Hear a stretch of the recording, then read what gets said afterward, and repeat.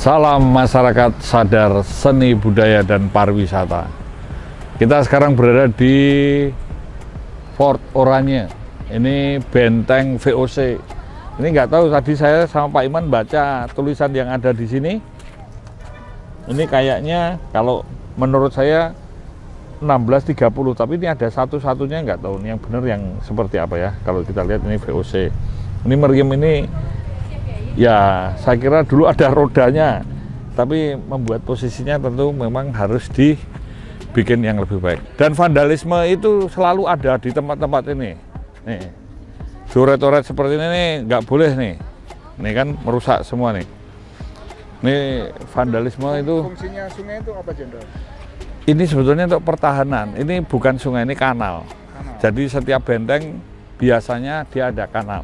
Karena mempertahankan supaya orang tidak mudah masuk. Nah ternyata di Front Oranye ini ada pintunya. Nah kita coba masuk ke sini. Tempatnya ada loncengnya juga nih di atas.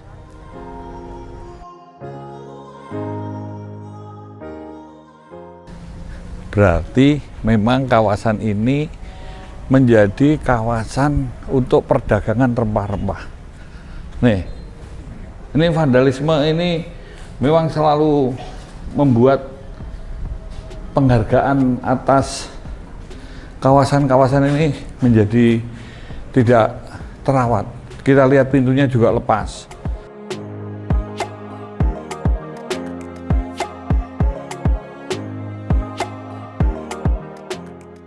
Karena tempat ini menurut saya sangat luar biasa dan memiliki nilai sejarah. Tapi ini kita melihat bahwa mungkin sekarang banyak nggak dipakai ya. Kalau lihat sejarah singkatnya ya, saya bacakan nih. Benteng Oranye terletak di Jalan Bu Oiri, Kecamatan Ternate Tengah, Kota Ternate, berdiri di atas lahan seluas 12.680 meter persegi, berarti 1,2 hektar. Benteng ini berbentuk trapesium, ukuran 180 meter kali 165 meter, mempunyai 4 bastion. Pada setiap sudutnya memiliki tembok dengan ketinggian sekitar 5 meter dengan kemiringan 4 derajat. Ketebalan tembok luar bangunan sekitar 1 meter. Tembok bagian dalam benteng mempunyai ketebalan 0,7 meter.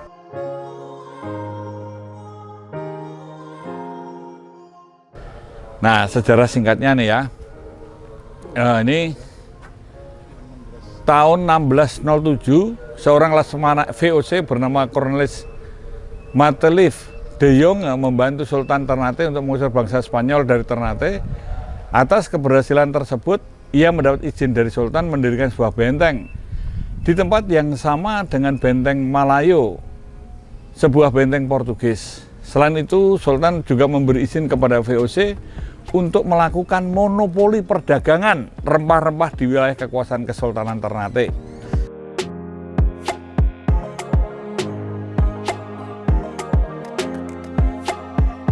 Nah, kalau dari sejarah ya, berarti ini kita bisa menyimpulkan betapa luar biasa tempat ini.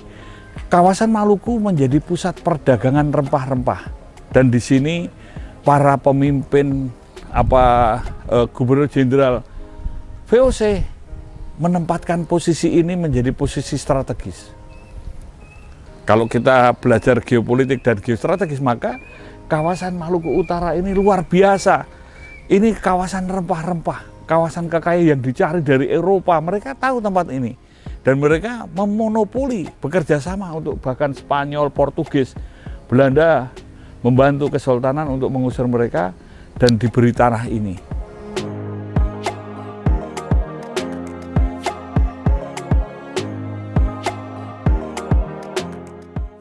Ya, jadi benteng ini awalnya dibangun oleh Portugis di tahun 1512 ketika Portugis datang. Kemudian di tahun 1599 Belanda datang. Nah, tapi kemudian dia berubah nama dari Fort Malayo yang diberi nama oleh Portugis menjadi Fort Orange. Itu ketika salah seorang yang bernama Francois Witter di tahun 1500 607 dia mengembangkan dan rubah namanya di 1609 sebagai Fort Orange. Nah, Fort Orange sendiri oranye ini bukan soal warna oranye sebagaimana tim kesebelasan Belanda, tapi nama dari seorang semacam founding fathers-nya orang Belanda, yaitu William van Oranje. Dia inilah yang memimpin warga untuk melawan Spanyol, karena dulu Belanda dijajah Spanyol, sehingga Belanda memenangkan hal itu, dan kebetulan aja menang karena memang kejadian alam, sehingga Spanyol prajuritnya banyak yang mati. Akhirnya kemenangan itu diraih oleh Belanda, sehingga dia diabadikan untuk beberapa nama yang benteng yang sangat istimewa dianggap. Selain di Ternate, ada di Gorontalo juga. Keluarga Oranye sendiri di kerajaan benar, itu ya. Benar sekali Pak. Nah, dalam perkembangannya benteng ini kemudian mengalami pemanfaatan dan pengembangan. Kita lihat dari corak bangunan yang berbeda antara satu sama lain. Ada yang lebih dulu dibangun, termasuk ini adalah yang dahulu dibangun, tapi tidak seperti memanjang yang kita saat ini lihat. Karena dahulu dia batasnya di situ tengah. Nah, kemudian tahapan selanjutnya dilakukan renovasi, diperlebar, dipanjangkan lagi. Nah, ini ada makam, Noni Belanda.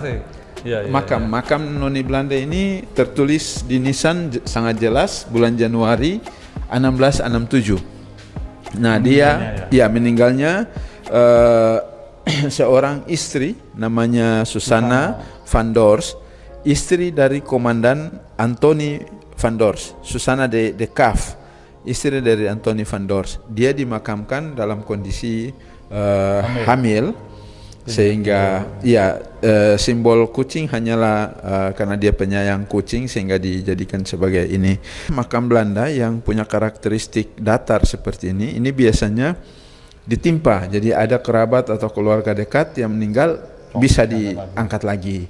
Nah, berbeda dengan yang monumen kayak di belakang Istana Bogor atau di Museum Prasasti di Tanah Abang, yang monumen itu cuma seorang diri. Biasanya makam-makam kuno, apalagi mereka yang punya jabatan bangsawan, kemudian punya jabatan pemerintahan, itu selalu diikut sertakan harta karunnya mereka bawa supaya tidak disentuh lagi gitu ya, jadi memang mungkin punya makna itu.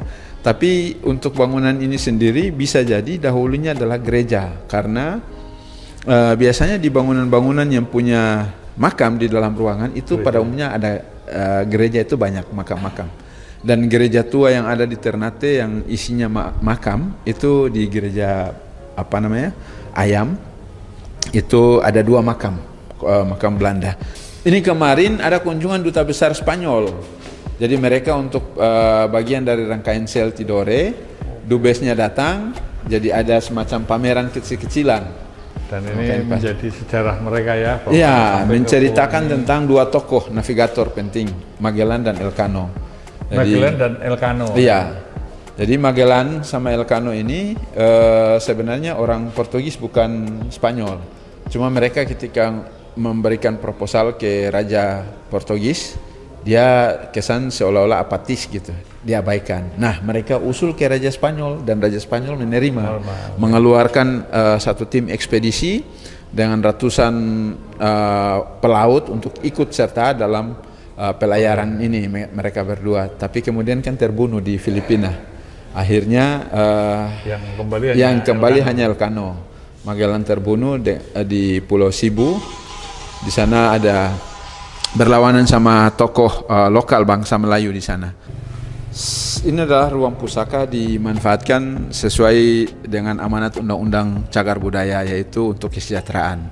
Itu poin pentingnya, sehingga meskipun kita melakukan upaya pelestarian perlindungan, tapi harus dirasakan pemanfaatannya oleh masyarakat. Termasuk ruang ini seperti pameran boleh gitu ya. Iya benar Pak. Dan kita memang seni ini bagian dari hidup dan kehidupan yang dinamis, yang terus bisa ditumbuh kembangkan, karena seni budaya pariwisata menjadi pilar kedaulatan bangsa.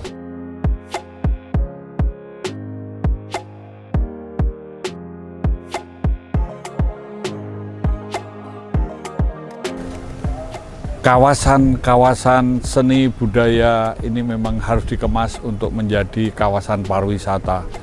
Kalau ini tidak dicintai, tidak digunakan, tentu akan terbengkalai ya. Ini suatu heritage, suatu legacy yang perlu penataan tangan-tangan seni. Perlu ada rekayasa sosial supaya tetap bersih, nyaman, asri, terawat. Kata Bung Karno, jas merah. Jangan sekali-sekali merupakan sejarah. Bangsa ini ada, bangsa ini kuat, bangsa ini berdaulat karena menghormati perjuangan dan jasa para pahlawannya. Dan disinilah masyarakat sadar seni budaya mencerdaskan kehidupan bangsa dan membuat kita tetap berdaulat, memiliki daya tahan, daya tangkal, bahkan daya saing.